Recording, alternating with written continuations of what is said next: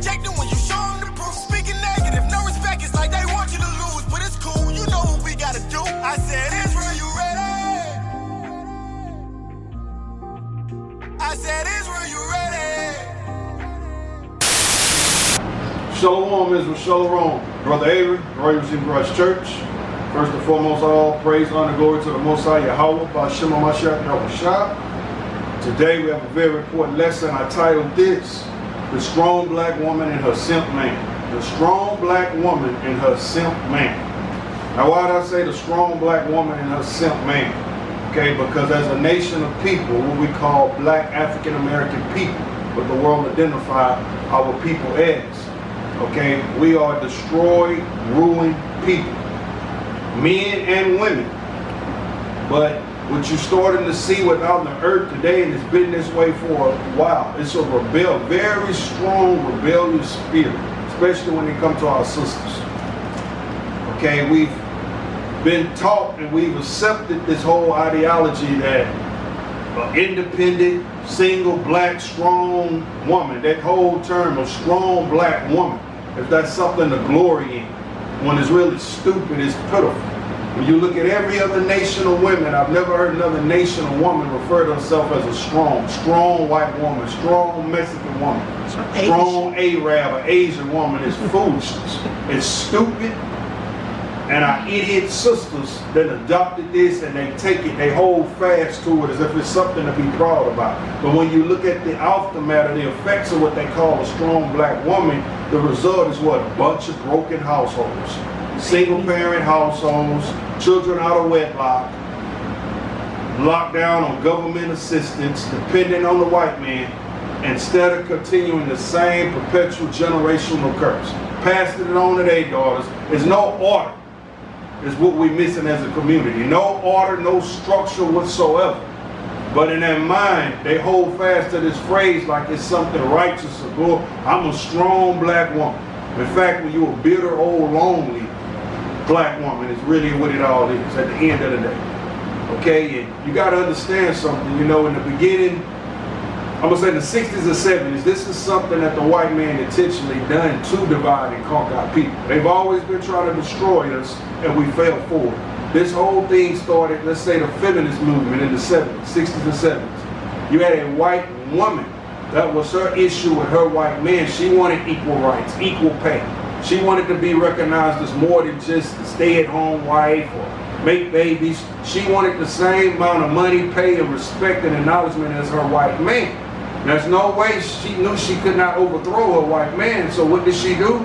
She went into our communities and she started to draft and group our sisters, our black women, started to recruit our sisters to fight for their cause. It's the same way they do tonight with every other, whether it's LGBT, whatever. They'll start off, they'll use our people. But at the end of the day, it transpires into something, everything other than what they originally said it for. Black Lives Matter has nothing to do with Black Lives Matter today. That's a strictly LGBTQ type of movement. Okay, and this is the same thing that happened with our sisters in the 60s and 70s. This was a white woman's issue. She came and got our sisters to fight the cause with her.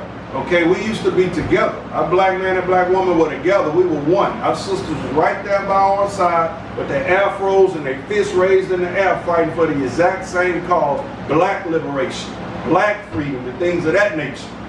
But what they did, they came in as well as with the government and they set up these programs or these subsidized things through the government, such as housing, or government assistance, certain welfare checks and certain things of nature to where the man couldn't be in the household. Only way they would get this government assistance is if the man would leave the household. There couldn't be a working man or able-bodied man in the house. So what did we do? We loved our people. The men loved their wives. The women loved their husbands and their families. They got together. You know what? Although we hate to do this, if it's going to give us more money, so be it. The man packed the stuff, you know, he had to kick rocks. Okay, and that's been passed down all the way up into what we see today. We still operating off this same broken system that our enemies set up, and we fall for it to this day. But all it's done to this day is to further divide it, further conquer, divide and conquer. Okay, this is a tactic of Esau that he's used strictly for our people. No other nation operates like this. And we hold fast to it. Our sisters glorify a strong black woman, independent. They use our music. Beyonce, the song she had early 2000s, late 90s, that single ladies and all these independent, don't wave your hands and all this foolishness.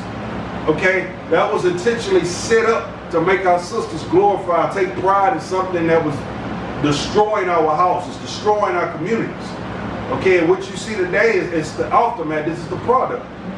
A bunch of destroyed, broken families, broken homes, and it's just one big, it's one big generational curse, basically. And it continues perpetually. They teach it to their daughters. Okay, it's a quick, easy check. Okay, I really don't love the man, be with him, but hey, it's money, it's child support. It's a broken system, broken cycle. So we're going to go in scripture, see what the Bible got something to say. Let's start from the beginning. Let's go to Genesis chapter 3. Genesis chapter 3, pick it up at verse 1. The book of Genesis chapter 3, verse 1. Now that the serpent was more subtle than any beast of the field, which the Lord God had made. And he said unto the woman, Ye, hath God said, Ye shall not eat of every tree of the garden? And the woman said unto the serpent, Ye may eat of the fruit of the trees of the garden, but of the fruit of the tree which is in the midst of the garden, God hath said, Ye shall not eat of it, neither shall ye touch it, lest ye die. And the serpent said unto the woman, Ye shall not surely die. For God doth know that in the day ye eat thereof, then your eyes shall be opened. Okay, so the woman, Eve, she clearly had instructions. The Lord instructed Adam. That's the order. He gave it to the man, and her husband, Adam, told her the instructions. So she knew better. She was not supposed to partake or eat of this fruit or from this tree. She did it anyway. So what you're seeing being established from the beginning, from creation, Adam and Eve, you see in the first rebellious black woman, because we're going to read what she did. She didn't listen to the instructions of the Lord, which also came through her husband. She didn't listen. She rebelled. She listened to this serpent. That serpent is the same voice that she listened to in today's society. That's the oppressor, the white man. There's all these ideologies, everything that go against the way the Lord set it up, from religion to the traditions to the way she, this whole concept about a strong black woman. She's too stupid to realize that's not even her mind thinking like that. That's something that was given to her. That's the same fruit of lies that was passed down to her. We seeing where it started, way back in the garden. She didn't believe what the Lord said. She didn't want to follow the order that the Lord set up through her man, Adam, her husband.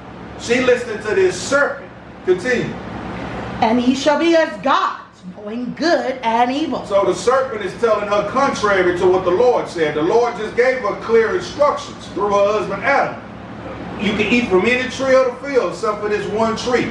The day you eat for that, you shall surely die. But what the serpent do? He telling her the opposite. The Lord know you won't surely die. Come on. For God doth know that in the day ye eat thereof, then your eyes shall be opened, and ye shall be as gods, knowing good and evil. And when the woman saw that the tree was good for food, and that it was pleasant to the eyes, and a tree to be desired to make one wise, she took of the fruit thereof, and did eat. Okay, she did eat, meaning she listened to the lies. She consumed it. She listened to what the serpent was saying instead of the instructions from the Lord through her husband. Come on. And gave also unto her husband with her, and he did eat. And she gave it also to her husband, and he ate. Now what are we seeing with Adam? We seeing the first simp. This is what this is showing you, because Adam clearly had the instruction of what he was supposed to do. He didn't listen to the Lord, he listened to his wife. And this is the same thing you see within the earth today. Okay, our men, as in a fallen state we in, men don't lead the house, the woman lead. They listen to their wife. Okay, meaning they spiritually dead, they weak, no backbone, no spiritual balls whatsoever. You seeing the first strong black woman, and you seeing the first simp. Okay, Adam listened to the voice of his wife instead of the Lord. From now, let me get Isaiah chapter 3, verse 12. This is the book of Isaiah, chapter 3, verse 12. As for my people, children are their oppressors, and women rule over them. Okay, so you see that? The Lord say, as for my people, we know who his people are. The children of Israel, so-called black man, black woman. It say children are their oppressors and women rule over them. Once again, the Bible is identifying we are the only group or race of people to why the women lead the household. Okay, that's why you get this whole concept from everything from happy wife, happy life, even the European concept of marriage in the beginning. Okay, that's backwards, that's off. The Bible says he defined the wife finding a good thing. In other words, a righteous man is the reward. A righteous man is the gift. But yet what they have us doing on this society, kneeling on one knee, getting down. First of all, you kneel before nothing before the Lord. So by default, spiritually, what is that showing you? You're giving your strength, your spiritual power over to a woman. That's sorcery right off the bat. No man is supposed to be on his knees before any woman. Okay, that's putting a man in a submissive state. Okay, so that's not the Lord's concept of what marriage is. I'm just showing you this whole system is backwards. Even the holidays they set up, okay, it all glorifies for a woman. Mother's Day, Christmas, Thanksgiving, all of these things, you name it. That's really all it is at the end of the day. It's glorifying a woman, and that's where all the rebellion come from. It's not so much the man. You wouldn't believe how many brothers I talk to that are low-key say, you know what, I know it's the truth, the Bible say, but ain't no way my wife go. See, so it's the woman that's where the rebellion is really coming from. Let's get 1 Samuel chapter 15. And give me verse 23. This is the book of 1 Samuel, chapter 15, verse 23. For a rebellion is as the sin of witchcraft, and stubbornness is as iniquity and idolatry. So you see that? Rebellion is as the sin of witchcraft. So a lot of you sisters, whether you know it or not, the Lord sees you as witches. Anytime you rebel against his order, his structure, you rebel against the man, which is your leader, that's witchcraft. Okay, so it's a lot of us sisters that's operating in that spirit of witchcraft. Okay, use sex, your body, or whatever to manipulate that man. Okay, well, if you don't get your way, he won't get none. If you don't get your way, he sleep on the couch and all of that. That's witchcraft. Continue. Because thou hast rejected the word of the Lord, he hath also rejected thee from being king. Okay, now this is what he said to King Saul. Okay, Saul didn't follow the instructions. He didn't do what he was supposed to do. He was practicing a form of witchcraft as all. But the concept we want to look at it as today is the spirit of which a lot of our women are operating. Anytime they go against a particular order that the Lord set up, that is witchcraft. Let's get a look at that order. Let's go to 1 Corinthians chapter 11, and I want verse 3.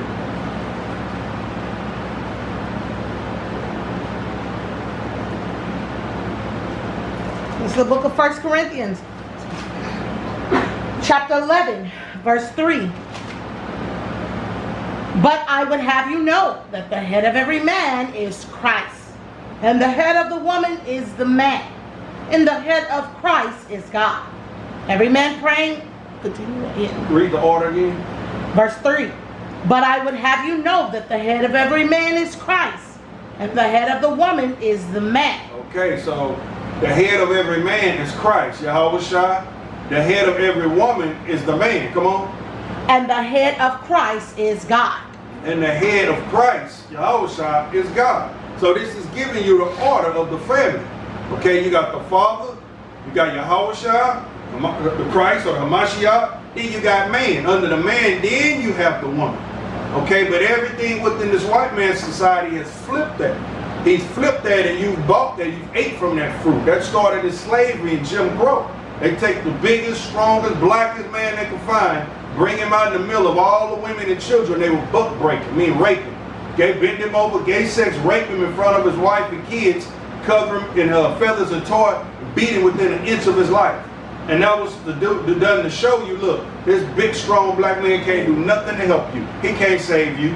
So who should you fear? You should fear master. And it's the same thing that's been passed down to this day.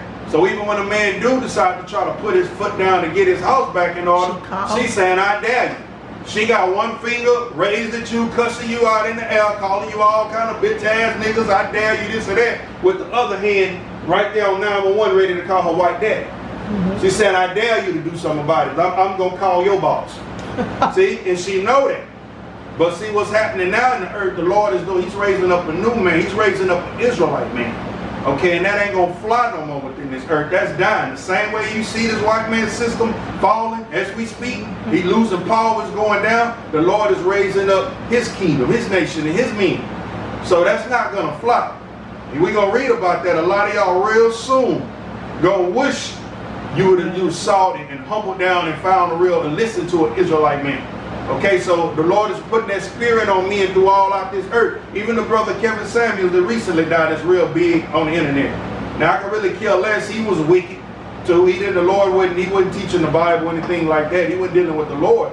But a lot of the stuff he was saying, I really believe the Lord had him put in a certain place so while he could speak a lot of truth to a lot of women.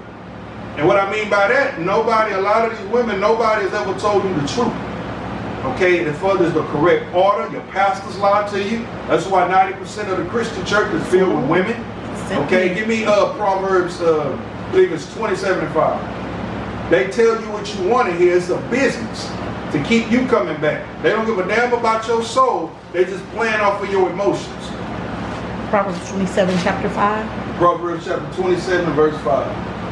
Proverbs chapter 27, verse 5. Open rebuke is better than secret love. You see that? And that's why you hate Israelite men. A lot of y'all black women, you can't stand Israelite men. Why? Because Israelite man not going to kiss your ass. He not going to tell you what you want to hear. He going to say, thus says the Lord, put his foot down. That's what it is. You don't like it, go. And that's y'all hatred towards Israelite man. Read it again. Open rebuke is better than secret love. But the Bible is telling you open rebuke is better than secret love. It's better for somebody to really tell you what it is, not what you want to hear. Thus says the Lord, hey, this is the prophet. This is what's going to happen if you don't change. Open rebuke is better than secret love. What most black women are used to is being secret love. That's their Christian pastor telling them what they want to hear. Oh, you all right, man. You ain't got to change. You ain't, oh, that's foolishness. That telling you what you want to hear rather than what you need to hear. Okay, open rebuke is better than secret love. Come on. Faithful are the wounds of a friend, but the kisses of an enemy are deceitful. See that? Faithful are the wounds of a friend. It might hurt, but the old saying, the truth hurt. Faithful are the wounds of a friend. It might wound you, but it's the truth. And what's the last word? But the kisses of an enemy are deceitful. See? And y'all used to deceitful kisses. That's sweet, soft, nice words with telling you what you want to hear. See, and that's the thing with that. That's the whole thing, eat with the world, period. A lot of sisters don't understand that. You say you want truth and honesty and transparency, but when a lot of brothers get that to you, even in the world, you can even take it to the dating game. When a lot of brothers come straight and direct like that, you get your feelings and emotions. And the God of Israel don't operate like that. It's not about your emotions and how you feel. He tells you the heart is deceitful above all things. You can know it. He could care less about the way you feel. Lean not on your own understanding, but in all your ways acknowledge him. It's not about what you understand and the way you feel. It's about what it is, what the Lord said it is. And that's what Israelite men do. So at the same time, you're complaining about men in the world. Well, if they just stand up and take their place and do this, then we'll get in line. The men not in order. Okay, but when a man that is in order come along, who more in order than Israelite men, Hebrew men? So not only do you hate the ones in the world that's not in order, but when the Israelite man come along, you hate the godly man. So what is this showing you? It's our sisters that's in the most rebellion. All right, let's get Jeremiah 44. On 44, we read verses 15 through 19. Book of Jeremiah, chapter 44, verse 15. Then all the men which knew that their wives had burned incense unto other gods, and all the women that stood by, a great multitude, even all the people that dwelt in the land of Egypt, and Pathros, answered Jeremiah, saying. Okay, so this is dealing with our sisters. Once again, there was rebellion way back then. They worshiping and burning incense to other gods. Their husbands knew about it. Okay, Jeremiah had already rebuked some of the men, though. Hey, why do you allow your wives to do this? They wouldn't listen to their husbands. So now this is Jeremiah's word to them. Come on. As for the word that thou hast spoken unto us in the name of the Lord, we will not hearken unto thee. Now, this is their word to Jeremiah. After Jeremiah rebuked them. Remember, we just read open rebuke is better than secret love. Jeremiah openly rebuked them and told them, hey, you're going off. You're not supposed to be worshiping these false deities. You're not supposed to be burning incense to these false gods. This is what the women are telling Jeremiah. You read it again? As for the word that thou hast spoken unto us in the name of the Lord, we will not hearken unto thee. All that stuff you trying to tell us about the Lord and the Bible, we ain't supposed to be doing that. We ain't trying to hear none of that. Come on. But we will certainly do whatsoever thing goeth forth out of our own mouth, to burn incense unto the Queen of heaven, and to pour out drink offerings unto her. We're going to keep worshiping our holidays, even though they pagan, even though we can't find it in the Bible. We're going to keep eating what we want to eat. We're going to keep doing what we want to do. We're not listening to none of that Bible stuff, Jeremiah. That's basically what they're saying to Jeremiah. Come on. As we have done, we and our fathers, our kings and our princes, in the cities of Judah and in the streets of Jerusalem. For then had we plenty of victuals, and were well, and saw no evil. Now you see that? They telling them we're going to keep doing it, because as long as we've been doing this, we have plenty of things. We've been blessed. Ain't nothing worked against us so far. Same thing with the black woman to this day. Why should we change? We got power right now. We above you. We better than you. Shaking hand at black men. We got the power. We got the jobs. We got the this. We got all these things. We know we ain't in order deep down inside, but it's working for us. That's the same thing. This is what we read. Come on. But since we left off to burn incense to the Queen of heaven, and to pour out drink offerings unto her, we have wanted all things, and have been consumed by the sword and by famine. Okay, well, we did try to get order. We did follow, thus says the Lord. We lost all the things that the devil allowed us to have. Okay, i.e. what you see today within this white man's system. Yeah, he gave you government assistance. Yeah, he gave you food stamps, welfare, housing. Yeah, he gave you child support and all of these things. As long as you were rebelling against the order, as long as you were going against your God, he gave you all these things.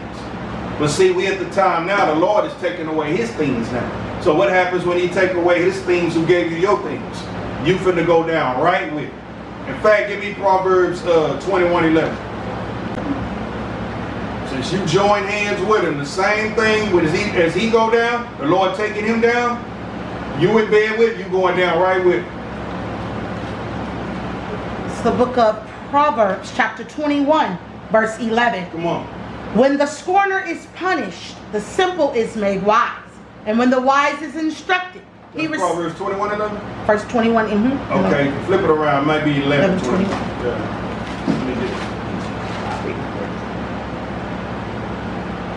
Yeah. Proverbs chapter 11, verse 21. Yeah, go ahead. Though hand joined in hand, hand joined in hand, though you agreed with his system, you took the bribe, you listened to what he said. Come on. The wicked shall not be unpunished, but the seed of the righteous shall be delivered. Okay, so because you join hand in hand with him, as the Lord get ready to strip, is he doing? Take his kingdom down, take his power, everything that this devil gave you, you finna lose too. White man about to snatch that government assistance.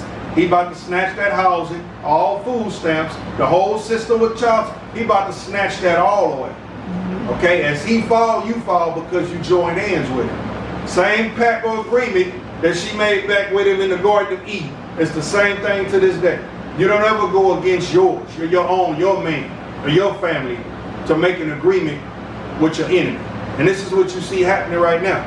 Let's get, give me Isaiah 3 verse 16.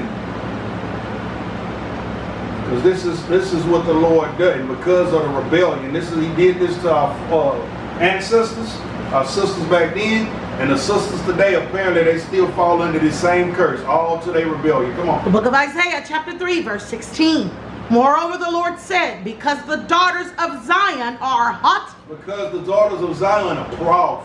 Come on. And walk with stretched forth necks and wanton eyes. Stretched forth necks and wanton eyes. That's that whole diva attitude. That shaking of the head or doing the thing. You can't tell me nothing. I ain't got to listen to you rolling their eyes and batting their eyes. That's the foolish that it's talking about. Read it again. Moreover, the Lord said, because the daughters of Zion are haughty and walk with stretched forth necks and wanton eyes. Come on. walking and mimicking as they go. That's them twisting their hips and clicking their heels and all of that, shaking their head. Come on. And making a killing with their feet. Therefore the Lord will smite with the scab the crown of the head of the daughters of Zion. The Lord say He gonna smite the crown of the scalp of the head of the daughters of Zion. That's talking about your hair. The crown, the woman's crown is her hair. That's her glory. Okay, the Lord say, I'm going to put a curse on the daughters of Zion. That's why the sisters today, if you notice, most of the sisters deal with this alopecia. A lot of it just period. A lot of our sisters' hair don't grow like the other nations. If you look at the other women, whether they be white or Asian, any other nation or woman, their hair, it seems to just naturally grow to a certain point. But when it comes to a lot of our sisters, it's like it's a cutoff. Or it's always a struggle to grow your hair. You have to work 10 times harder to grow your hair than any other nation of women. This is what it's talking about. Come on. Therefore the Lord will smite with the scab the crown of the head of the daughters of Zion. And the Lord will discover their secret parts. And that day the Lord will take away the bravery of their tinkling ornaments about their feet, and their calls, and their round tires like the moon. Okay, now this is twofold. This happened before, but the days we coming in, this is really about to happen on a grand scale.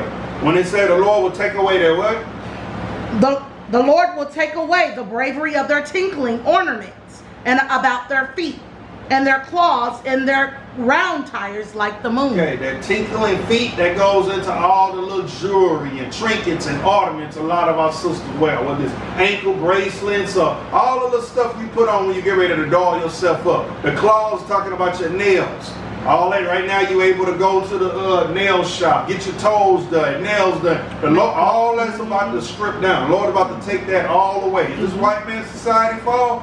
All that comfort. All the stuff that you use to glory in, rebel against your man, your sexuality, throw your false blonde hair back and twist your butt and all of that, the Lord is taking that away. Come on. The chains and the bracelets and the mufflers. The chains and the bracelets going into your jewelry. Come on. The bonnets and the ornaments of the legs, and the headbands and the tablets and the earrings, the rings and nose jewels, the changeable suits of apparel, and the mantles, the wimples and the crisping pins. All the things material that you wear that a lot of women adore themselves in.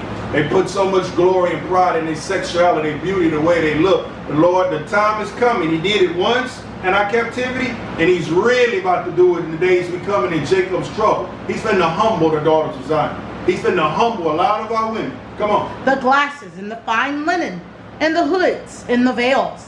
And it shall come to pass that instead of sweet smell, there shall be stink. Instead of sweet smell, is stink. There was a time that our women, even on their cycles, or that time of the year, it was sent forth, it would be like a rose, a fresh smelling aroma. That's why you get the term from a woman is on a flower.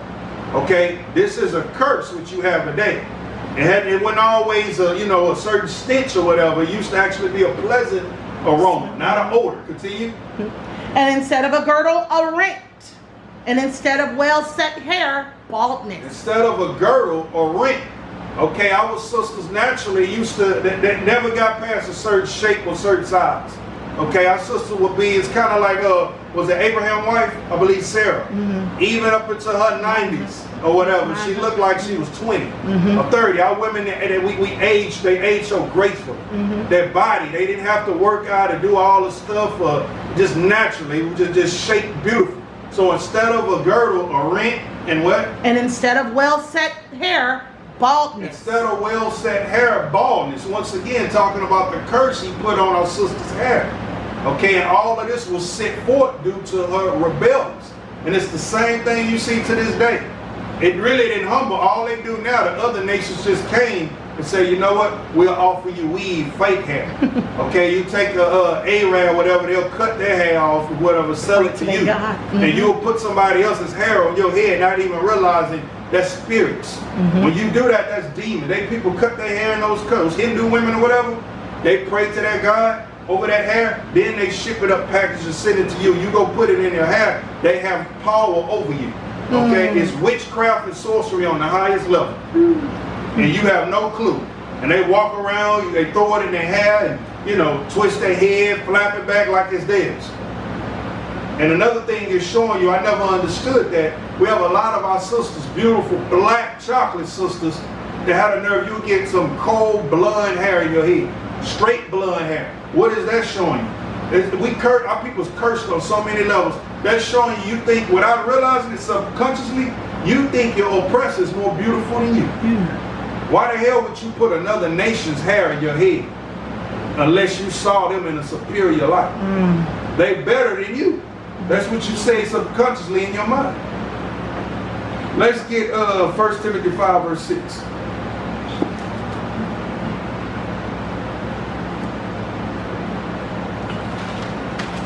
First Timothy 5 verse 6. Yeah. Book of 1 Timothy chapter 5 verse 6. But she that liveth in pleasure is dead while she liveth. Okay, a lot of you sisters on this side, Esau has given you Paul. He's put you above the man.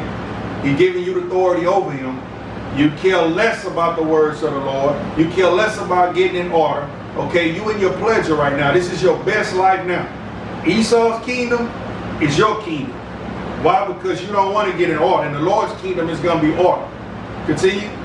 And these things give in charge, that they may be blameless. But that was verse 6? I just read verse 7 too, but we took 6 Read again. Verse 6 again. But she that liveth in pleasure is dead while she liveth. Okay, even though you living, you spiritually dead is what it's saying. She that liveth in pleasure is dead while she's living. She's in pleasure, she's in her best life now, but spiritually she's dead and don't even know it. All right, let's get Isaiah 32 verse 9.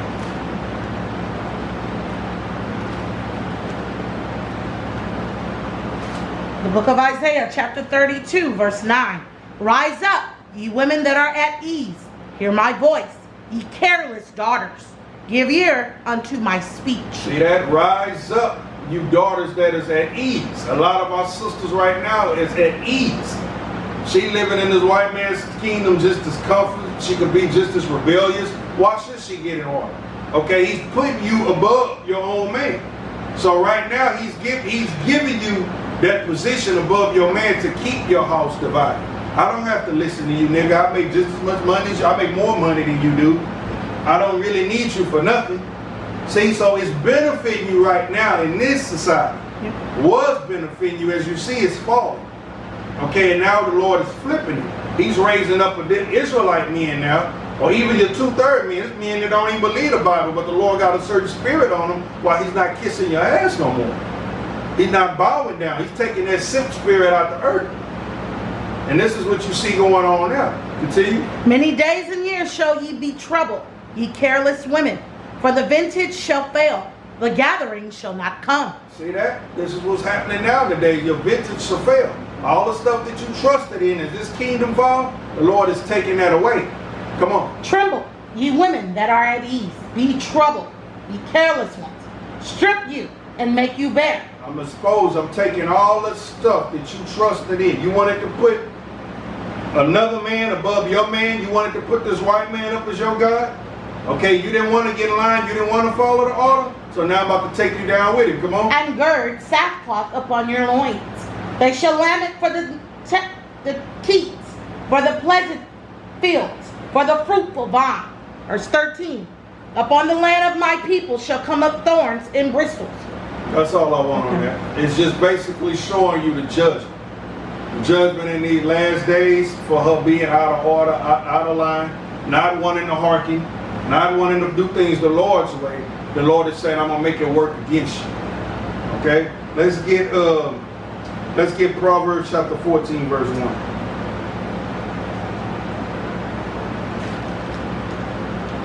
Book of Proverbs, chapter 14, verse 1. Every wise woman buildeth her house, but the foolish plucketh it down with her hand. You see that? A wise woman. The wise woman is the woman that's in this truth, meaning she served the Lord according to what's written. She follows the Lord's order. She follows the Lord's commandments, laws, statutes. Okay, she builded her house, talking about her family. Because she's in the right order, she's going to do the things that the Lord say to keep her family. She's going to make sure her house is intact. Okay, but the foolish woman, what? Plucketh it down with her hand. Why? Because she don't know how to follow order. She don't know how to close her mouth. She don't know it's the rebellious spirit is what it's saying. The Lord can't bless a house like that. Okay, there's no such thing of a two-headed, somebody got to lead. Okay, and that's what she struggled with in her spirit. It goes all the way back from the garden, listening to the serpent. The serpent gave her false information contrary to what the Lord said. You don't have to submit. You don't have to do. You don't have to follow. You better than him, this or that. And that same ideology is in our mind today, but it's working against. It's what we see now in our generation after generation, broken homes, broken families. Read it one more time. Every wise woman builded her house, but the foolish plucketh it down with her hands. The wise woman builded her house. The foolish woman teared it down. All right, let's get a couple more. We're going to close out. Let's get Isaiah chapter 13, verse 12. The book of Isaiah, chapter 13, verse 12. I will make a man more precious than fine gold. Why? Because up until this point, especially an Israelite man, is nothing. Okay, the woman has been above what you call the Israelite man. All the way up until the time we coming in now, as the Lord stripped his kingdom down, as he brings judgment on this earth, the only type of man that's going to matter is a man of the Lord. A man that can understand. Isaiah 33 and 6 said, knowledge and wisdom should be the stability of that time. Okay, so when all hell break loose, you're not looking for the man that had the bag. You're not looking for the man that, you know, the movie star, the actor, the man that can, what the world say is glorified. High value man. That's not going to mean anything. Okay, the world's definition of a high value man is diminishing away. Why? Because money, the Bible tells you, riches profit nothing in the day of destruction or the day of judgment. This is what's happening on the earth. The day of judgment is fastly approaching. So the only thing that's going to matter is a man of the Lord. And then you're going to wish you would have listened. You're going to wish you would have humbled down. You're going to wish you would have learned how to be a submissive wife. Because that's the only protection you're going to have. Only people in this earth that the Lord is going to be working with are the men of the Lord. Read it again. I will make a man more precious than fine gold. Come on. Even a man than the golden wedge of Ophir. Therefore I will shake. Continue. That's all I want on that. But the Lord is going to make in these last days a man more precious than gold. Why? Because that man of the Lord is going to be the only one that has the answers to what's going on. Mm-hmm. He's going to be the only ones that the Lord is really dealing with for that hedge of protection. Okay, so everything that was laughed at, mocked at first, that you didn't want to follow the order, okay, the time we coming into, you're going to wish you would have. All right, let's get a precept. Let's get Isaiah 32 and 2. Book of Isaiah, chapter 32, verse 2. And a man shall be as a hiding place from the wind. And a man shall be as a hiding place from the wind. That wind is talking about the winds of destruction. Okay, that same righteous, that godly fearing man, he's going to be a hiding place from the winds of destruction. Come on. And a covert from the tempest, as rivers of water in a dry place, as the shadow of a great rock in a weary land. See that? Like rivers of water in a dry place. Why? Because that rivers of water is talking about like the fountain of life, of knowledge. Okay, that dry place is talking about a weary, like a weary desert. No knowledge, no understanding, no answers. But that man of the Lord is going to be like that river of water in a dry place. And what else? A river of water in a dry place, as the shadow of a great rock in a weary land. Like a great rock. What does a rock represent? Strength, stability, spiritual protection. He's going to be like a rock in a shadow desertly land. So it's a hot desert, meaning destruction, chaos, no answers, no protection. That man of the Lord is going to be your strong rock in that day. Okay, so it's just showing you how the Lord has the last laugh. So it's been, you know, it's been all fun and games, and like I say, Esau put a lot of our sisters above our men and rebellion, and to this very day. And the mind of your average black woman, she still don't care, still don't give a damn. She gonna ride the ship all the way down with Esau to it completely fall. But understand this, the Lord is raising, this is what you see before your eyes. This man's kingdom is falling, the Lord is raising up his kingdom and his men. Okay, so either you get it right now, you suffer. or you suffer, right, you get cut off, you don't get it at all. I'm gonna close with that, matter of fact. What is it? I think it's Micah. Let's go to Micah. Let me see if I can find it real quick. Micah.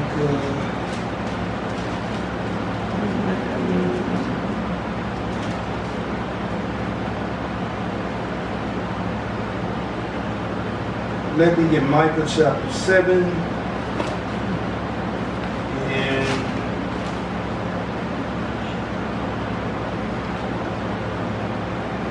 you can pick it up. Pick it up at verse 8. Just showing you a woman who or the sister that don't want to get in line, don't want to get in the Lord's order, don't want to humble down and serve the Lord and follow in line under her man.